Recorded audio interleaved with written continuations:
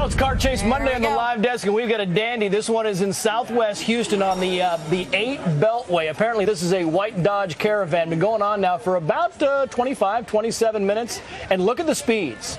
Again, look at the cars around. If they're going 65, think about how fast this guy is going right here. Shepard Smith just walked out, and he's like, man, another car chase. He's going up to get in the seat in Studio B. Can't wait. This guy, by the way, is wanted for burglarizing a car.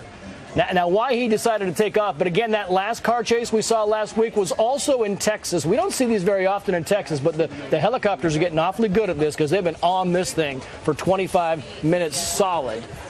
This one we decided to bring you. Again, burglary is what the guy inside is wanted for. Yep, the chase started in northwest Houston, we're told. It's a white Dodge Caravan. It's going northbound on Beltway 8 on the west side of Houston. The person, as Trey said, suspected of burglarizing a vehicle.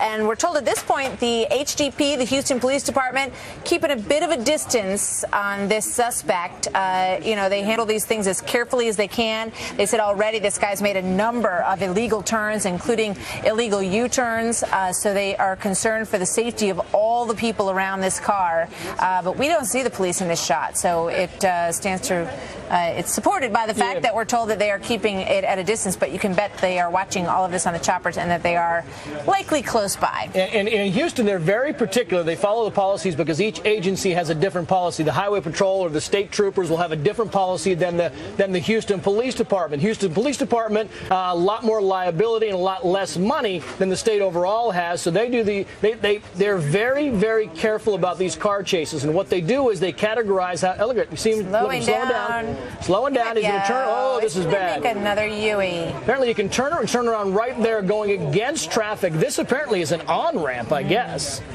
And he's going directly against traffic. This is not good. Oh, this is bad. It's bad. Oh, but he... And that car's thinking, what on earth are you doing? Son of a gun. I was just saying that, what they do is they categorize these from how dangerous these guys are. Clearly, this guy just became a lot more dangerous. So now they may pick this chase up a little bit and try and end it a lot earlier than they had anticipated. If he was a burglary suspect, they might just let it go on. It looks like that something has kind of happened to his rear right wheel. Hard for us to see right now, but this guy clearly has picked back up speed and is back on a surface road off of the 8 Beltway. Yeah, he's moving along at a pretty fast clip, as we pointed out. And, often in these things, more often when we see them in L.A., they tend to get into the neighborhoods and start winding around. But the last one we saw in Texas, as you well remember, stayed out there on the highway, and it was characterized by some unbelievable stunt driving, it looked like, sure. And amazing that no one was hurt in that situation. And of course, that's the biggest concern. He's right in the middle of a bottleneck right here. He's going up and over and there are the police now suddenly very much in view and right on this guy's tail as he heads through another intersection.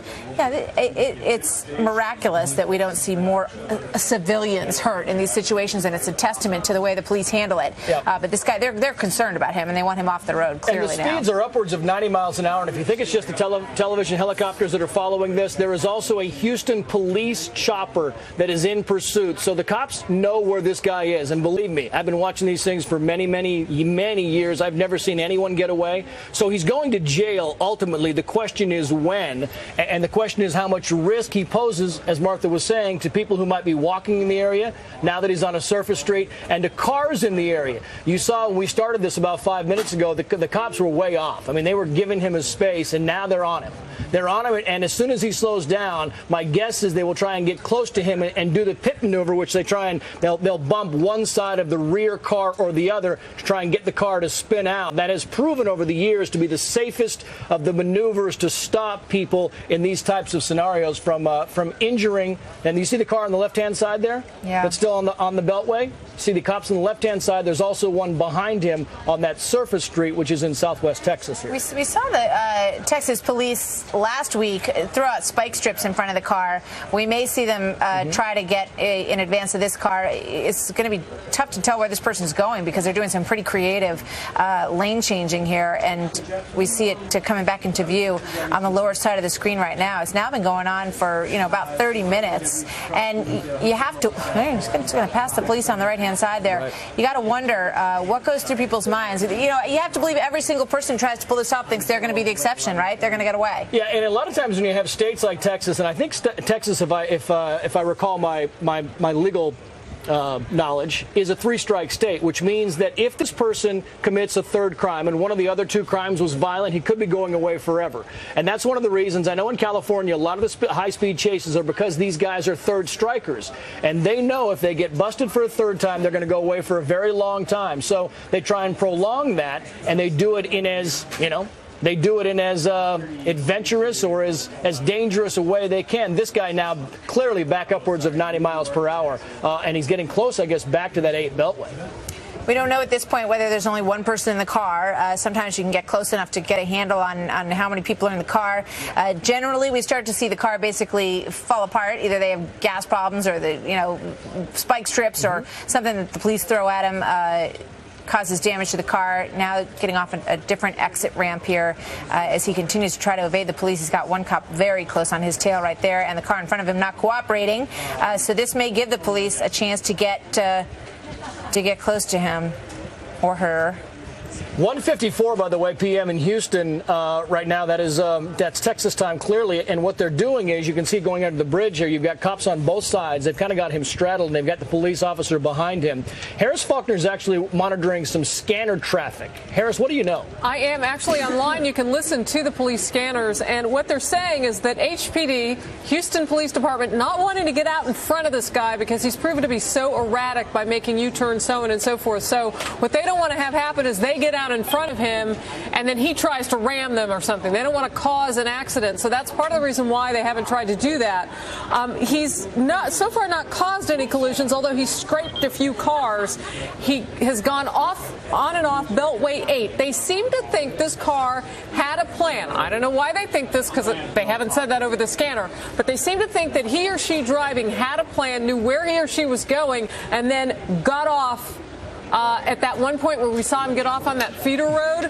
That feeder road turned him around, and now he's on the north side of Houston, just cooking along. And again, they're not going to try to get out in front. They're going to wait for him or her in this instance. I haven't been led to believe it's necessarily a him or her to do something next. But they know how erratic this driver has been. And there he goes underneath that bridge, Harris. I'm not sure if you saw that, but under the bridge. Yeah, I'm watching. We have done these things so many times. We know that these guys in this car pursuits, and now he's kind of in a park there. He's got in a bind. They got him. I think. He's in it, and what happens is they always try and go back to areas that are very familiar. So now he's going through residential streets, and this becomes highly dangerous because you're not sure where he's going, and you're not sure who's on the street. Yeah, you're going the wrong way, and you see on the right-hand side, the cops are going to try and get in front of him as well because he's going down a one-way.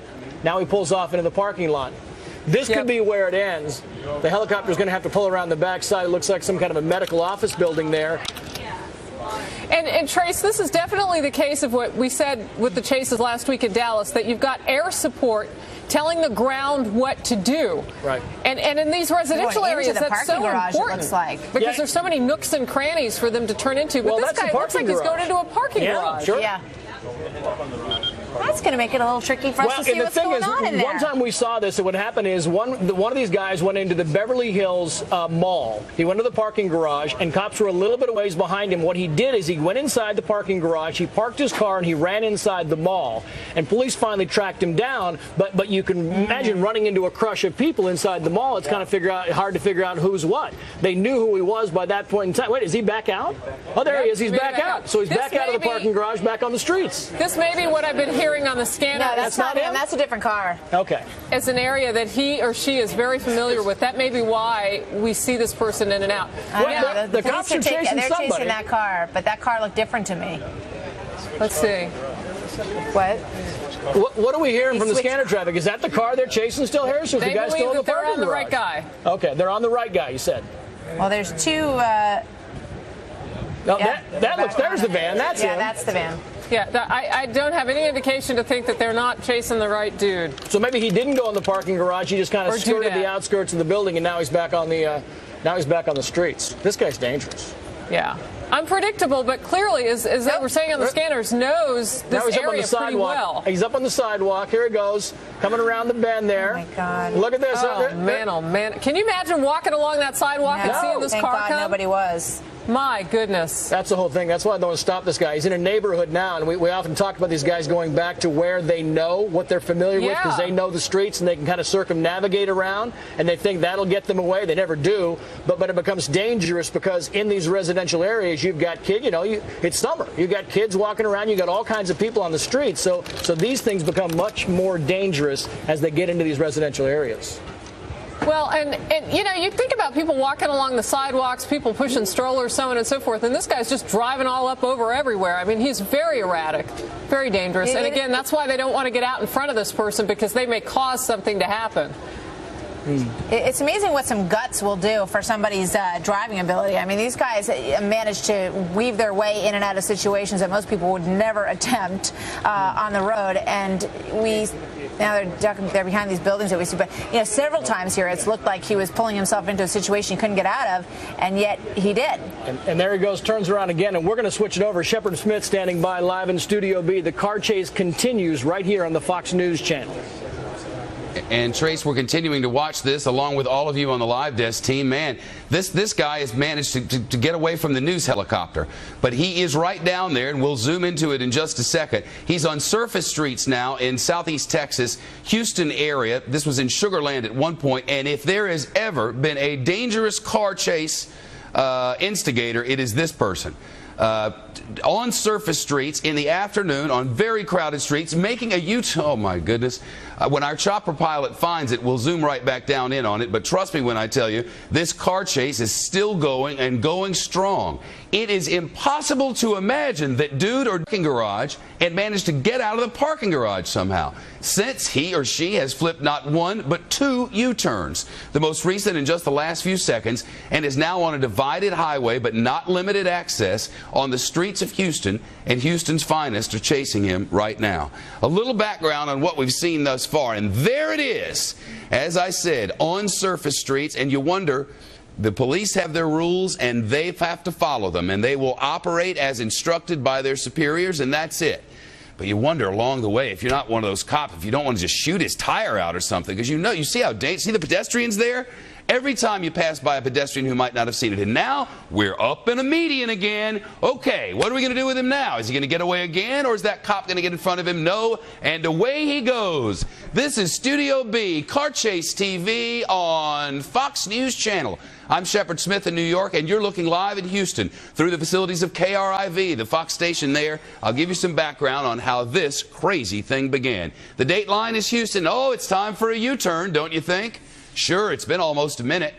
Around he goes again. I want to say 5. If I'm in that maroon truck, I know you're not supposed to get in the way of the police officers, but I might just have to put my truck in the road and bring this thing to an end. Of course, what you don't know is this guy armed?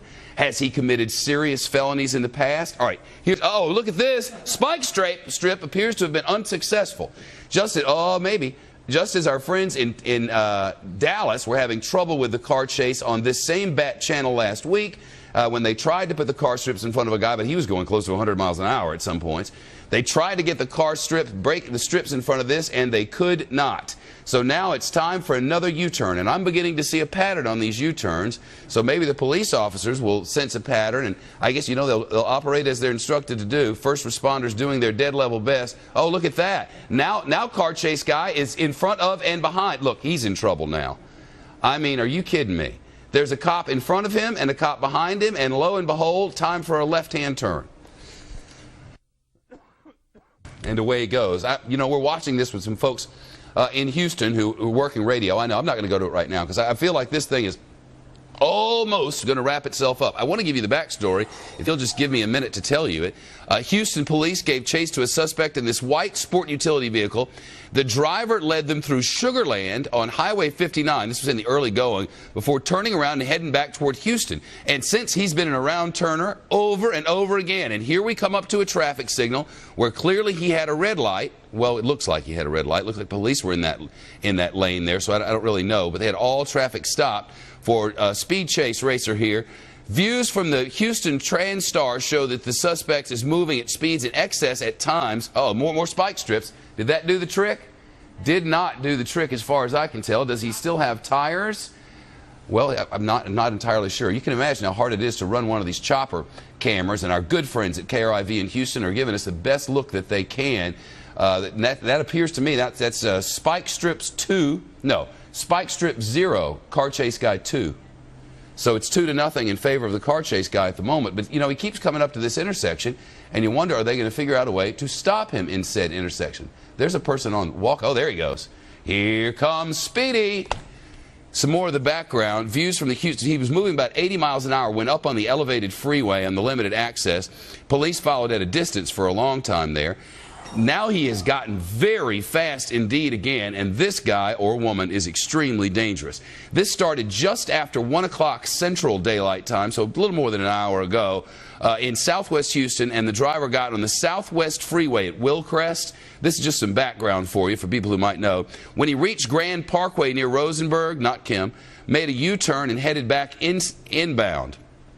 He later jumped into the Beltway 8, the Beltway 8 West, headed north. Houston Police Department in pursuit right now of this white Dodge Caravan, which was on the Beltway 8 on the west side of Houston. Now, wonder what he has done to where he or she thinks that it's necessary to continue to run at this pace and risk life and limb in the middle of intersections where you're supposed to have a red light. Did he not see what happened in Dallas just days ago? He should have been watching, and here we go. Now he's been hit by one police car. Will another step up and do the trick? He did not. There are rules from jurisdiction to jurisdiction about what you can do with your vehicle. In some areas, the police allow them to do the pit maneuver that you just saw to try to push a car away. In some, they don't. Some, they allow spike strips, as you can see they did here. But they don't allow a physical confrontation, vehicle to vehicle, in a lot of different jurisdictions without permission from the air. So I haven't been told this directly, but here's what history tells me is going on. There's a police chopper in the air watching this thing, and it's directing all of this ground traffic. The chopper has a camera on this, just like we have a camera on it. Somewhere back at the station house there in Houston, the people in charge are working to decide what the people on the ground are going to do next. Now, you saw there another attempt at spike strip. Jessica, that one didn't work either, did it? I don't know. It looks like the front tire might be low. Okay. They might have got him. Okay, I know we have a phoner, but let's go to Captain Curtain, who's the assistant traffic manager with KTRH Radio in Houston. Well, before we do that, another set of spike strips, and I want to say that's Caravan 5, spike strips nothing. This has been a crazy one there, Devlin. That it has, Shepard. It's been a very big chase going on right now for, like you said earlier, just under an hour now. And he is evading these police officers like nobody else I've seen. I mean, he's been into a parking garage, and he made a few loops around a parking garage. He's made at least 5 U-turns. At least. Those are just ones I've seen when not in makeup. And now he's on not limited access, but regular access divided highway. I guess this is southwest Houston, right? Actually, he made it over to the north side of town. He's been doing speeds in excess of 80 miles an hour, close to 90 miles an hour when he was on the Beltway. And right now he is central north Houston. And he just missed the spike strips again right there on Greens Road, for people who may be familiar with. But we're approaching. It's been about an hour now. What are the rules in the city of Houston about engaging? Do you know offhand? Well, I know that for the longest time that the city did have chase policies, and they've been since reviewed, and so now I do believe that they tell them to back off as much as they can. As much as they can, unless the person has been in commission of a violent felony, a felony with violence. Is that right? That is correct, and the person that they're chasing right now is a suspect in a robbery, and so that's why they're so close to him right now. Tell me what you know about this suspect. As he approaches an intersection, that's always dangerous. Right. And he may have lost one of his left side tires. What do we know about this suspect? As far as the suspect goes, the robbery, I believe, is from a convenience store, but details are very sketchy on that. But as far as the driver goes himself, I want to say probably late 30s, early 40s. Okay, and it is a guy for sure. I believe so, yes. All right, well, he just made it up to another big traffic hazard. He's taken a right, and the West Cam here in KRIV's camera, a chopper, is trying to catch up. Whoever is on the West Cam from KRIV, good work for you. I don't know how you're keeping up with this thing. Sometimes they're upside down and backwards, but I mean, that's what happens, and now we're in a parking lot again. History tells me parking lots are not a good place to go if you don't want to get boxed in and stopped by police, but when there's a building in the way, well, it makes it harder now, doesn't it? And Shepard, he is in the parking lot of a big mall right now that is on the north side of Houston. He was anyway, and now he's outside that mall. Every opportunity over and over and over. They are not going to ram this guy, it would appear, because they've had so many opportunities to do a pit maneuver or whatever like that, and they've declined. Oh, that is true. Now, as far as that, I do believe that they're looking out for the public safety on that. Oh, I know, man. It's a very difficult line. But I guess you have to have specific instructions. Like if you're an officer in the vehicle and you say, all right, there's nobody around, it's safe for me to spin this guy out to stop something from later, I should do that. But that's not how it works. There are specific rules that you must follow, right? That is correct. And otherwise, there has been police chases before where the officers have actually been reprimanded for stopping vehicles. Yeah, it's as much the means as it is the end, and you got to follow instructions, and that's how it goes. And first responders have to deal with a lot of headaches, and this is one of them. See that chopper that was just below us there? That looked like a radio chopper to me. And there may be radio choppers. I know there's a police chopper in the air because I've been getting that. He's northbound on Greenspoint Street, now eastbound on Greens Road. Everything is green in this area. The traffic lights have been green for him today, as for more than an hour. This guy who is wanted in connection, or wanted for question at least in connection with an armed robbery in the area, has been on the run, and all the cops lined up, 1, 2, 3, 4, 5, and you're like, why don't they just get into the road and he can't go anymore? Well, they have rules. Right now, the trees have caused us more problem than anything. It's a beautiful day in southeast Texas, and dude here is just on the run. It's hot out there today, isn't it? It's close to 100 degrees so far right now, Shepard. Yeah, that would make it summer. Now, around here in the studio, we're saying, why did this chase start? And of course, we always say crazy from the heat. Right. This could be.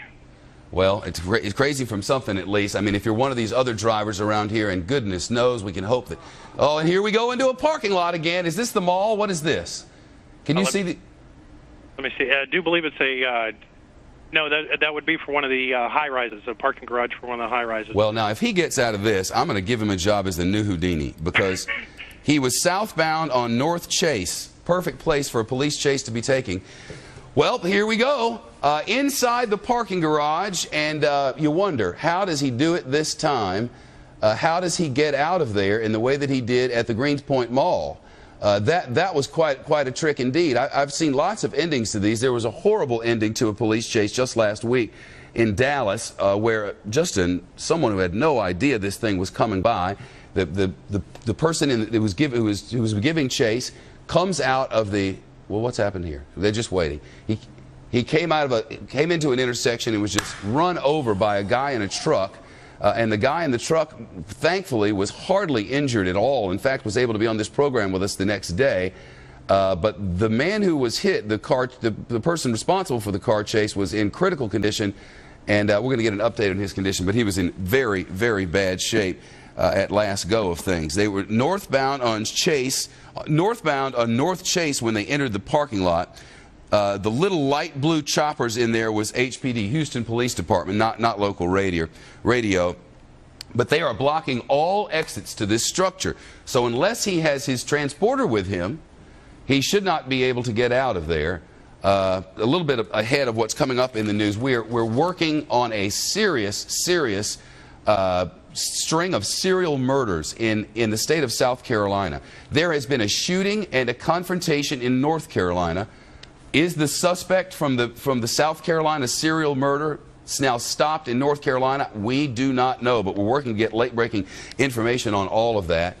In addition, we're getting new stuff from the president, who is overseas, and Michael Jackson's funeral scheduled for tomorrow's memorial service. We'll be covering that here on Fox News Channel. In addition, we are but 15 minutes away from a live news conference from the head coach of the Tennessee Titans on the untimely death of Air McNair, who was shot and killed, now confirmed to have been a homicide yesterday. And his girlfriend, he is married, but he had a 20-year-old girlfriend apparently that everybody but all of us knew about, it sounds like. I mean, there are pictures of them on vacations and everything else. He was shot multiple times, one directly to the head. She, the 20-year-old girlfriend, was also shot, and now we have been able to confirm that the gun which killed Steve McNair, the former quarterback of the Tennessee Titans professional football team, the gun that killed him was bought by his now 20-year-old girlfriend. But whether she is a suspect in this case remains to be seen. Police have said only that the gun belongs to her. So we're slowly putting that together. And again, Eddie George, coach of the Tennessee Titans, Jeff Fisher, Eddie George. Jeff Fisher to be with us in just 15 minutes. But right now, we're looking live in Houston, Texas, as the car chase has wrapped, it appears to have, out inside this, it's a hotel behind the garage. And you know, a buddy of ours who lives down in Houston and in the company is saying that he thinks this is the Hilton Hotel and this is the parking garage therefore. At any rate, it's next to the Greenspoint Mall. Cops on level 4 of the ramp and heading down. So the cops are sweeping each level for this car and this man. Imagine, if you can, what's going on in there. He has either A, ditched his car and is running around trying to avoid these folks. I mean, if you can, don't you throw your shirt off or put some other clothes on or whatever if they've seen you, and just sort of walk around sort of nonchalantly and try to get lost in that thing. He's either ditched the car and is doing that, or he's going to try to get out with that car, and you can see that's not going to be easy because all of the streets surrounding this is blocked off. Not only are they blocking off the exits from this parking garage, but they are also, I'm told, by Andrew Flum, also blocking off all of the streets around this. So here we go. An hour and 10-minute car chase has ended here. But whether they've been able to apprehend the suspect is going to be something for just the moments ahead. It all began in southwest Houston. Person was suspected of burglarizing a vehicle at approximately, well, it's been going on now for a little over an hour. Houston police had been keeping their distance for a long time when they were up on elevated and limited access roads, freeways and the like. The driver had made several illegal turns, including U-turns, and I think our U-turn count topped 10 just a few minutes ago, where it was unknown to us in the early going whether this was a male or a female, but I'm now led to believe that this is a male. And look at the choppers searching in the parking garage. Looks like one that would hold hundreds of cars to me. I know that's a big mall. Rick Leventhal is watching this from our breaking news newsroom downstairs. And Rick, I guess it's just stand off and wait here. Yeah, and we've seen this before, Shepard, where people who are being pursued will drive into garages in part to throw off the helicopters that are following them. But in this case, there were dozens of police cars close on his tail. So it would be hard to believe that he could evade all of those cops who, in some cases, followed him into the garage. But clearly, and that officer has his weapon drawn. There may be something going on right there around the corner that we can't see. Well, I get the sense that that they were up here on this roof, and we're hoping that maybe now police have this guy surrounded. The thinking was, you know, I mean, what do? You got a couple of options. You stay with your car, and they clearly know what your car looks like, or you ditch the car. He's got somebody. Or you ditch the car and you take off running, and it appears that this guy ditched the car, took off running, and is now on the ground. Yeah. I can only assume that this is the man, but he's waving to the helicopter for the helicopter to zoom and focus. And the dude is now on the ground and appears to be apprehended, but this officer needs assistance, and here comes assistance, including that of a canine, which is coming up very close to keep man who ran from cops for an hour from doing anything negative to man from whom he was running. And now we're waiting to see what exactly will happen as the chase has wound down, and now they're waiting for some help. I mean, I'm quite confident one officer does not want to try to bring this guy into the waiting patrol car by himself if he doesn't have to. After all, it feels kind of like half of HPD was chasing this thing. So you got to figure they're all rushing up there to help right now. We want to see the end of this at least, them get him and haul him away. As I mentioned, he was wanted for potentially burglarizing a vehicle in the early going here. And he fled on foot. And you see above, see that satellite dish there? See up above? I'm told that he jumped off the roof. That he jumped off that. Now, Jessica Shedding, my stage manager, who many of you know, saw that happen, and so did some people down in our newsroom, and I just missed it. But he got up on top of that next level. Jessica, is that how you saw it? Yeah, he was above. Yeah, he jumped off.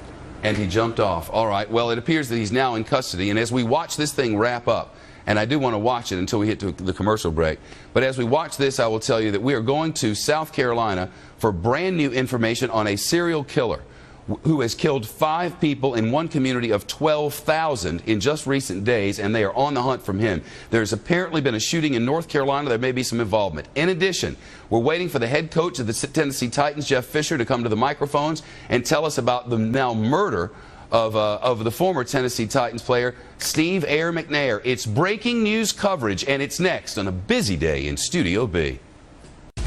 Live live look, and that's in Houston. And remember the guy who was on the ground a minute ago? And I'm like, probably the cops don't want to, you know, take him in by themselves. Well, they sure don't. This guy is hurt. His leg is hurt in some way. We can tell that. You know, we could guess and would probably be right that he hurt himself when he jumped off from the, I'm not very good with heights up there, but I mean, how much taller is the wall than the door? You see the door is up to that, not even to that first stripe across the building, so it's at least 3 doors tall, so that's at least, what, 24 feet or so. He jumped a long way, and he's hurt himself in some way, or he hurt himself earlier in the chase. But here's what you didn't know, and I didn't know either. There's another guy in this vehicle. There's another guy still with the vehicle inside the parking garage, or the car park, as Jonathan Hunt would put it. So here we go. We're waiting for the other guy, and this guy is apparently hurt, and we're going to update you on everything that happened here. But first, there is breaking news now. And deputies are searching for a serial killer in the state of South Carolina. Wow, Rick Leventhal live for us downstairs. Again, Jeff Fisher to speak in just a few minutes, but we're going to take that live. But we're back live on the rooftop where old car chase driver is still whining about his leg, and they're waiting for an ambulance to come get him. Scanner traffic has told us all sorts of things, but we do know that he did jump off that roof up there, and when he jumped off, there were more cops below to get him, and I'll be able to show you tape of that in just a minute. At any rate, there were 2 suspects waiting for the ambulance to get up there even still, and that other suspect was still in the vehicle. That was according to the scanner traffic. And the ambulance just hasn't arrived. So there they are on the roof, and we have these new pictures. We'll bring it to you. Also waiting for Jeff Fisher from the Tennessee Titans. And then tomorrow during this hour, as you probably have heard, Michael Jackson's memorial will be going on. We'll give you some heads up on all of that. And you heard that this woman worked at a Dave & Buster's, right? Air McNair's now dead, apparently, girlfriend. Another employee from that Dave & Buster's will join us live. It's a gangbuster of a news day, and we're right back. Live pictures, look, they're still up on that roof in Houston. If you weren't with us earlier, you missed a doozy. They had a car chase. I'm going to have new stuff for you in just a minute. But first of all, they had this car chase. Guy ended up in the parking garage. He jumped off a roof. And wait, let's see. I think they're about to pick him up now and put him in an ambulance. Let me show you how this happened. Here is the recorded media of when he was on the roof just above where they are right now. Oh, well, look at this. Edited down. Here we go. On the roof. Here come the police. What do you do? What do you do? See ya. And down he went. As you can see, that is a very, very tall ledge. I don't have a way of knowing. I can't tell you exactly how tall it is, but it's at least 3 of these doors high from the other side. So guy jumped a long way. And you can see he was not ambulatory. He was not able to run around at all after he jumped off there. Is there a cop on top of him? Yeah, well, the cop got him right away, or a security guy or whatever. So that's how the thing went down. Back to the live pictures now. And you can see that he hasn't gone far. There's that same satellite dish, and that was 30 minutes ago, easily, or 20 at least. And now they're waiting for the ambulance to get him on the ambulance. We'll update you on this car chase and the backstory on it coming up.